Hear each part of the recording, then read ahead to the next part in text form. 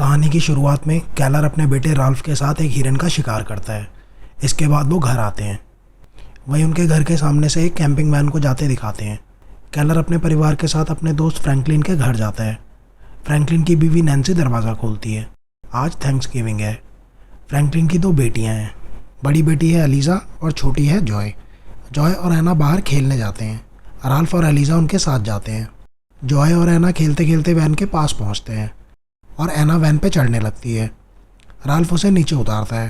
Ralph और Eliza उन दोनों को लेके वापस घर आ जाते हैं, लेकिन उस वैन के अंदर से कोई उन्हें देख रहा होता है। इसके बाद वो सब साथ में डिनर करते हैं। एना ग्रेस से कहती है क्या वो जॉय को खेलने के लिए अपने घर ले जा सकती है। ग्रेस कहती है ठीक है, लेकिन राल्फ और एलिज़ा को साथ ले जाना। और दोनों बच्चे वहाँ से चले जाते हैं। कुछ देर बाद कैलर राल्फ से एना के बारे में पूछता है। राल्फ कहता है एना यहाँ नहीं आई। कैलर कहता है शायद वो घर चली गई होगी। वो उन्हें देखने घर जाता है, लेकिन वो दोनों बच्चे वहाँ नहीं होते। कैलर वापस आके कहता है वो घर पे भी नहीं है। तभी राल्फ उसे उस आरवी के बारे में बताता है। राल्फ, कैलर और फ्रैंकलिन उस आरवी को ढूंढने जाते हैं, पर वो आरवी वहाँ नहीं होती। कैलर पुलिस को कॉल करता है। रात हो चुकी थी, पर दोनों बच्चों का कुछ पता नहीं था। इसके बाद डिटेक्टिव लोकी को दिखाते हैं। वो एक डाइनर में होता है।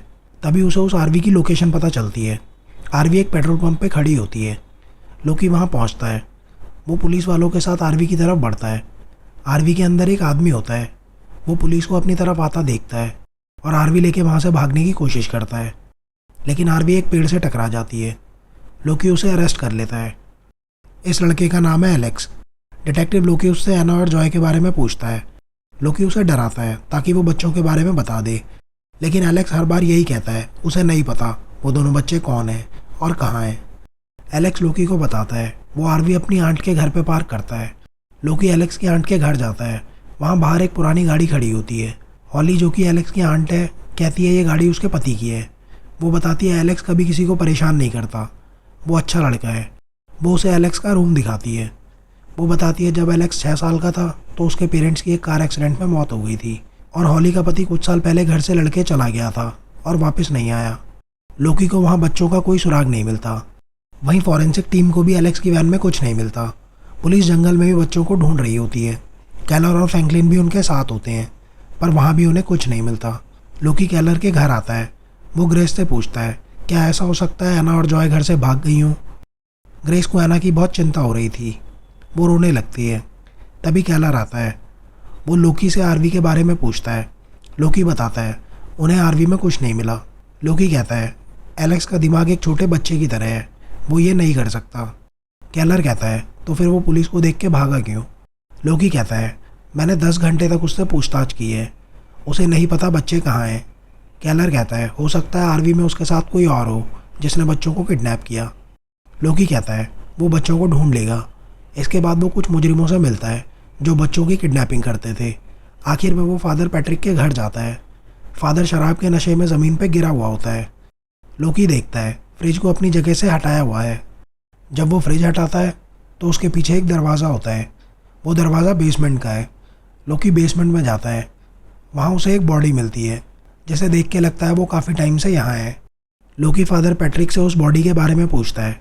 फादर कहता है उसका नाम मुझे नहीं पता, वो यहाँ कन्फेशन के लिए आया था और उसने मुझे बताया उसने 16 बच्चों को मारा है। वो और भी बच्चों को मारता, इसलिए मैंने उसे मार दिया। लोकी फादर को अरेस्ट कर लेता है। वहीं कैलर और फ्रैंकलिन पुलिस के साथ जंगल में होते हैं। तभी कैलर को पता चलता है पुलिस एलेक्स को छोड़ रही है। एलेक्स के खिलाफ कोई सबूत ना होने की वजह से उसे छोड़ रहे थे। जब हॉली एलेक्स के साथ पुलिस स्टेशन से बाहर आती है, प्रेस वहाँ उनका इंतज़ार कर रही होती है। तभी कैलर वहाँ पहुँचता है। वो एलेक्स से एना के बारे में पूछता है। एलेक्स कहता है वो तब तक नहीं रोए थे जब तक मैं उनके साथ था। पुलिस कैलर को पकड़ लेती है। एलेक्स ने जो कैलर से कहा वो लोकी को बताता है। उसे लगता है एलेक्स ने ही दोनों बच्चों को किडनैप किया है। वो चाहता है लोकी उसे अरेस्ट करे। लोकी एलेक्स से मिलता है। वो पूछता है पुलिस स्टेशन के बाहर तुमने कैलर से क्या कहा था। एलेक्स कहता है मैंने कुछ नहीं कहा था। वो कहता है अगर एलेक्स उससे कुछ छुपा रहा है तो उसकी आंटी हॉली को जेल हो सकती है। इसके बाद लोकी कैलर को बताता है एलेक्स कह रहा है उसने तुमसे कुछ नहीं कहा, और ये सुन के कैलर गुस्से में फ़ोन काट देता है। एना और जॉय को लापता हुए 3 दिन हो चुके थे और उनका कुछ पता नहीं चल रहा था। पुलिस के पास भी कोई लीड नहीं थी और कैलर से ग्रेस की ये हालत देखी नहीं जा रही थी।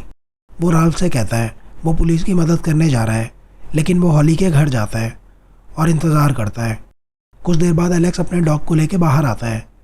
केलर अपनी गन निकालता है और एलेक्स के पास जाता है। अगले दिन केलर फ्रैंकलिन को लेकर अपने पिता के पुराने घर में आता है, जहाँ उसने एलेक्स को बांधा हुआ था। एलेक्स को देख के फ्रैंकलिन कहता है, ये गलत है, हमें ऐसा नहीं करना चाहिए। केलर कहता है, मुझे पता है इसने मुझसे क्या कहा था, पुलिस कुछ नहीं कर रही, हमें ही अपने बच्चों को ढूंढना होगा। लेकिन फ्रैंकलिन को ये सही नहीं लगता, वो ये नहीं करना चाहता। वहीं लोकी उस घर के बाहर होता है जिसके सामने आरवी पार्क थी। वो उसके ओनर का पता करता है। वो घर एक लेडी का होता है। वो लोकी को बताती है 23 साल पहले उसका बेटा घर के बाहर से गायब हो गया था। तब से उसकी कोई खबर नहीं है, किसी को नहीं पता वो कहाँ है। वो कहती है, जिसने मेरे बेटे को किडनैप किया है उसी ने इन दोनों बच्चों को भी किडनैप किया है।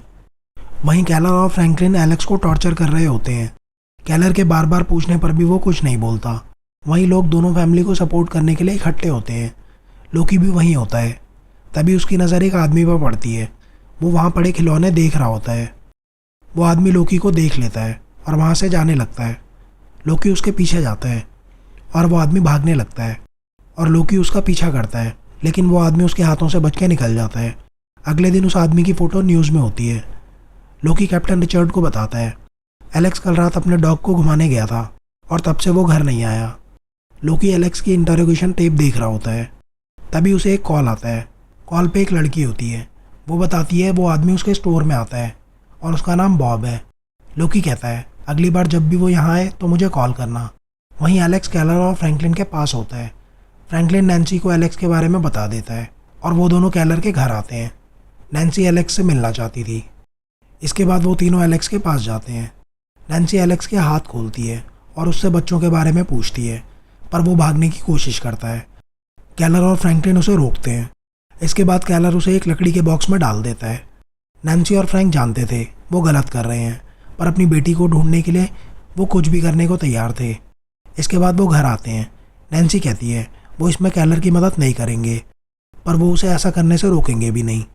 वहीं बॉब को दिखाते हैं। वो केलर के घर में घुसता है। तभी ग्रेस को कुछ आवाज़ आती है। वो देखती है, लेकिन उसे कुछ नहीं मिलता। जब वो वापस अपने रूम में आती है तो कमरे की खिड़की खुली होती है। वो लोकी को ये सब बताती है। लोकी ग्रेस से केलर के बारे में पूछता है। वो कहती है केलर पुलिस के साथ एना को ढूंढ रहा है। उसे केलर पे शक होता है। अगले दिन से वो केलर पे नज़र रखता है। वो केलर का पीछा करता है। केलर एक जगह अपना ट्रक पार्क करता है और लोकी कुछ दूर से ये सब देख रहा होता है। तभी एक ट्रक लोकी के पीछे आके रुकता है और हॉर्न मारने लगता है, जिससे केलर का ध्यान उस तरफ जाता है और वो समझ जाता है लोकी उसका पीछा कर रहा है। वो सामने एक वाइन शॉप में जाता है और एक शराब की बोतल लेके लोकी की तरफ आता है। लोकी उसे गाड़ी में बैठने को कहता है। लोकी पूछता है, तुम यहाँ क्या कर रहे हो? केलर कहता है, मेरे हाथ में शराब की बोतल है, तुम्हें क्या लगता है मैं क्या कर रहा हूँ? लोकी उसे घर जाने को कहता है। केलर कहता है उसकी बेटी उसका इंतज़ार कर रही होगी और वो उसके लिए कुछ नहीं कर पा रहा। केलर कहता है वो घर जा रहा है। लोकी कहता है तुम नशे में हो, तुम गाड़ी नहीं चला सकते। केलर कहता है वो पैदल जा रहा है। इसके बाद केलर शराब पीते हुए अपने घर की तरफ आता है। वहीं लोकी को पता चलता है केलर के पिता जेल में गार्ड थे और उन्होंने अपने अपार्टमेंट में खुदकुशी कर ली थी। अगले दिन केलर एलेक्स को टॉर्चर करता है। वो उस बॉक्स में गर्म पानी डालता है। केलर भी ये सब नहीं करना चाहता था, पर वो मजबूर था। तभी लोकी वहाँ पहुँचता है। केलर लोकी को घर की तरफ आता देख लेता है। लोकी खिड़की से घर के अंदर आता है और केलर वहाँ नीचे सोने की एक्टिंग करता है। वो ऐसा दिखाता है जैसे वो नशे में है और कल रात से यहाँ सो रहा है। लोकी उससे एलेक्स के बारे में पूछता है। वो केलर के साथ पूरा घर देखता है। जब वो बाथरूम की तरफ जा रहा होता है तभी उसे उस स्टोर से लड़की का कॉल आता है। वो कहती है बॉब अभी यहीं था, लेकिन उसे शायद मुझ पर शक हो गया और वो यहाँ से चला गया। वो लोकी को उसकी गाड़ी का नंबर बता देती है। इसके बाद लोकी वहाँ से चला जाता है और केलर की जान में जान आती है। लोकी बॉब के घर पहुँचता है। वो पूछता है उस दिन तुम मुझे देख के भागे क्यों थे? बॉब कहता है मैं तुम्हें आज पहली बार देख रहा हूँ। लोकी उससे उस स्टोर के बारे में पूछता है। बॉब कहता है वो वहाँ कुछ सामान खरीदने गया था। लोकी कहता है लेकिन तुमने वहाँ से बच्चों के कपड़े खरीदे हैं। लोकी उससे पूछता है क्या तुम्हारे बच्चे हैं? तभी बॉब दरवाज़ा बंद करने की कोशिश करता है, लेकिन लोकी अंदर आ जाता है और उसके हाथ हथकड़ी से बांध देता है। इसके बाद वो घर की तलाशी लेता है। उसे वहाँ कुछ बॉक्सेस मिलते हैं जिन पे ताला लगा होता है। वो बॉब को गाड़ी में बिठाता है और एक रॉड से उन बॉक्सेस को खोलता है। उनमें बच्चों के खून से सने कपड़े होते हैं और बहुत से सांप। इसके बाद वो फ्रैंकलिन और नैन्सी को वहाँ से मिले कपड़ों की फ़ोटोज़ दिखाता है। नैन्सी और फ्रैंकलिन कुछ देर बाद वहाँ से चले जाते हैं। लोकी केलर से कहता है जॉय के कपड़े इन फ़ोटोज़ में मिले हैं। वो केलर से फ़ोटोज़ देखने को कहता है और केलर एना की सॉक्स पहचान लेता है। एना और जॉय मर चुकी थी। केलर कहता है तुमने टाइम वेस्ट किया मेरा पीछा करने में, वरना आज दोनों बच्चे जिंदा होते। बॉब वहाँ लोकी की कस्टडी में होता है। वो एक मेज़ बनाता है। लोकी उससे बच्चों की बॉडी के बारे में पूछता है और उसे पीटने लगता है। ये देख के 2 पुलिस वाले अंदर आते हैं और उसे रोकते हैं। तभी बॉब एक पुलिस वाले की गन ले लेता है और खुद को गोली मार लेता है। वहीं केलर एलेक्स के पास होता है। तभी एलेक्स कहता है वो मेज़ में है, पर वो क्या कह रहा है केलर समझ नहीं पाता। इसके बाद केलर हॉली के घर जाता है। शायद हॉली से उसे कुछ पता चल सके। हॉली उसे पहचान जाती है और अंदर आने को कहती है। सबको लग रहा था एलेक्स घर से भाग गया है। हॉली केलर को बताती है उसका एक बेटा था जिसकी कैंसर से मौत हो गई थी। इसके बाद हमने एलेक्स को अडॉप्ट कर लिया था। तभी केलर न्यूज़पेपर में बॉब के मरने की खबर देख लेता है। बॉब ने कबूल कर लिया था कि बच्चों को उसी ने मारा है, पर उनकी बॉडीज अभी तक नहीं मिली थी, जिससे लोकी बहुत गुस्से में होता है। तभी उसकी नज़र एक फ़ोटो पे पड़ती है। ये उस बॉडी की फ़ोटो है जो फादर पैट्रिक के घर से मिली थी। उसके गले में एक लॉकेट था जो उस मेज़ के जैसा है जैसा बॉब बना रहा था। तभी उसे फॉरेंसिक टीम से कॉल आता है। जब वो बॉब के घर पहुंचता है तो उसे पता चलता है वो खून जो बच्चों के कपड़ों में था वो जानवरों का है। एना और जॉय के कपड़ों के अलावा सारे कपड़े नए हैं। उन पर टैग्स भी लगे हुए हैं। लोकी कहता है बॉब भी बचपन में किडनैप हुआ था, लेकिन 3 हफ्ते बाद वो वहाँ से भाग गया था। वो कहता है बॉब और उस आदमी का कोई कनेक्शन है जिसके गले में वो लॉकेट मिला है। लोकी समझ जाता है बॉब ने बच्चों को नहीं मारा, वो किलर होने की एक्टिंग कर रहा है, पर उसे ये समझ नहीं आ रहा था कि बच्चों के कपड़े उसके पास आए कैसे।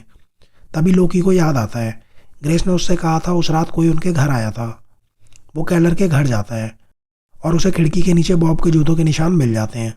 वहीं पास की झाड़ियों में उसे एना की सॉक्स मिलती है। अगले दिन ग्रेस केलर से कहती है जॉय मिल गई है, वो हॉस्पिटल में है।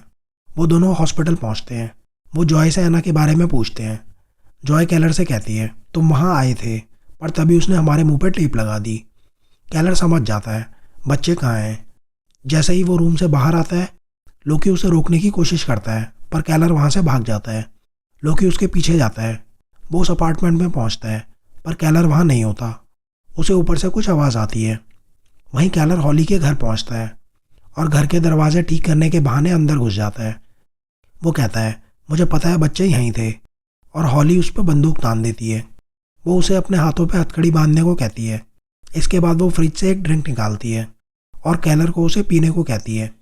उसमें उसने ड्रग्स मिलाए होते हैं, जिसे पीने के बाद केलर नशे में होता है। वो केलर के साथ घर के बाहर आती है। वो उसे बताती है एलेक्स पहला बच्चा था जिसे उसने और उसके पति ने किडनैप किया था, और उसके बाद ना जाने कितने बच्चों को हमने किडनैप किया। वो कहती है बॉब को भी उन्होंने ही किडनैप किया था। वो केलर को गाड़ी में बैठने को कहती है और उससे गाड़ी पीछे करवाती है। वहाँ ज़मीन के नीचे एक गड्ढा होता है, लेकिन एना वहाँ नहीं होती। वो केलर को गड्ढे में जाने को कहती है और उसके ऐसा ना करने पर उसके पैर पे गोली मार देती है। इसके बाद केलर गड्ढे में चला जाता है और हॉली गड्ढा बंद करके गाड़ी वापस वहीं खड़ी कर देती है। इसके बाद वो केलर की गाड़ी को ठिकाने लगाती है। वहीं पुलिस उस घर में होती है। कैप्टन रिचर्ड लोकी को हॉली के घर जाके उसे एलेक्स के बारे में बताने को कहता है। वहीं हॉली केलर का बैग देखती है।